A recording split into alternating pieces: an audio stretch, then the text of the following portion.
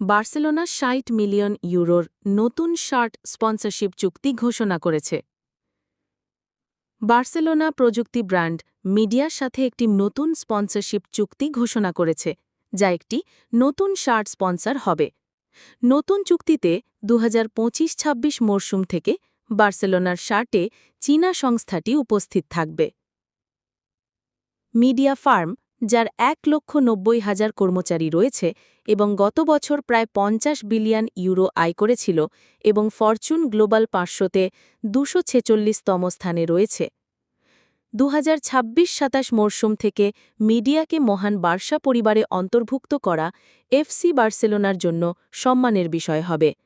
এই চুক্তিটি উপস্থাপনকারী vice president রাফা ইউস্তে ক্লাবের ওয়েবসাইটে বলেছেন।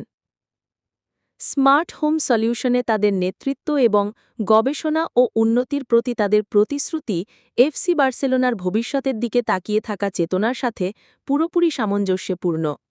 এই অংশীদারিত্ব আবারও বার্সা ব্র্যান্ডের শক্তিকে একটি চুম্বক হিসেবে প্রদর্শন করে, যে বিশ্বের বিভিন্ন কোম্পানি এফসি বার্সেলোনাকে তাদের প্রকল্পের জন্য সেরা প্ল্যাটফর্ম হিসেবে দেখে।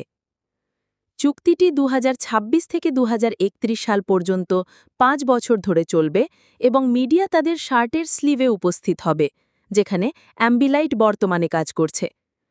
মাননীয় মতে এই চুক্তির মূল্য বার্ষিক ১,২০,০০,০০০ ইউরো হবে, যা ব্লাউগ্রানার মোট আয় প্রায় ৬০ মিলিয়ন ইউরো বলে জানাচ্ছে। মিডিয়া হোম ইলেকট্রনিক্সে বিশেষজ্ঞ এবং ম্যানচেস্টার সিটিকেও স্পন্সর করে। এটি ব্লাউগ্রানার জন্য স্পন্সরশিপ থেকে আরও আয়ের জন্য সর্বশেষ প্রচেষ্টার প্রতিনিধিত্ব করে, যারা সম্প্রতি কিট স্পন্সর নাইকির সাথে একটি চুক্তি পুনর্বিবেচনা করেছে এবং সাম্প্রতিক কয়েক বছরে স্পটিফাইকে তাদের নতুন শার্ট স্পন্সর হিসেবে গ্রহণ করেছে।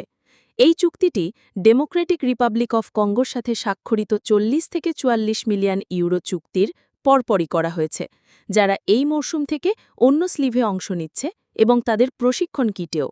বার্সেলোনা তাদের অস্বাস্থ্যকর মানবাধিকার রেকর্ডের কারণে ক্লাবের কথিত মূল্যবোধ বা ব্র্যান্ডিংয়ের সাথে দ্বিধা তৈরি করার কারণে ডিআর কঙ্গোর সাথে ব্যবসায়িকভাবে জড়িত থাকার জন্য সমালোচনার সম্মুখীন হয়েছে।